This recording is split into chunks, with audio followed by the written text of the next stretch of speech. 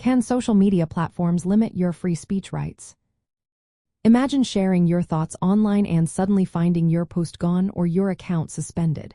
Have you ever wondered if social media companies can do that? Well, let's find out what the facts say. Social media platforms are private companies, which means they have the right to set their own rules about what can and cannot be posted.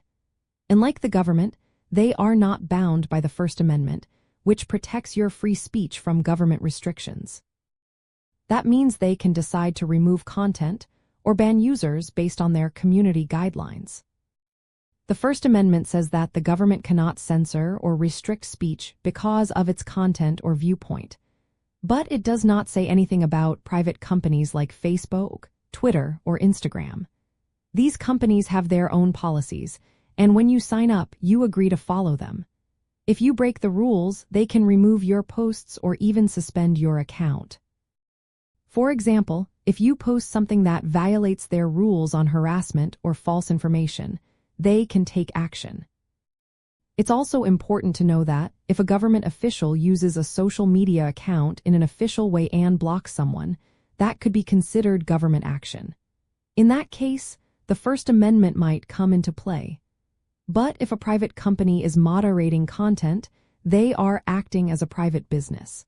They have the right to do so because they own the platform and set the rules. There are some limits, though. Speech that is illegal, like threats or inciting violence, can be restricted by both the government and private companies. This is because such speech is not protected by the First Amendment.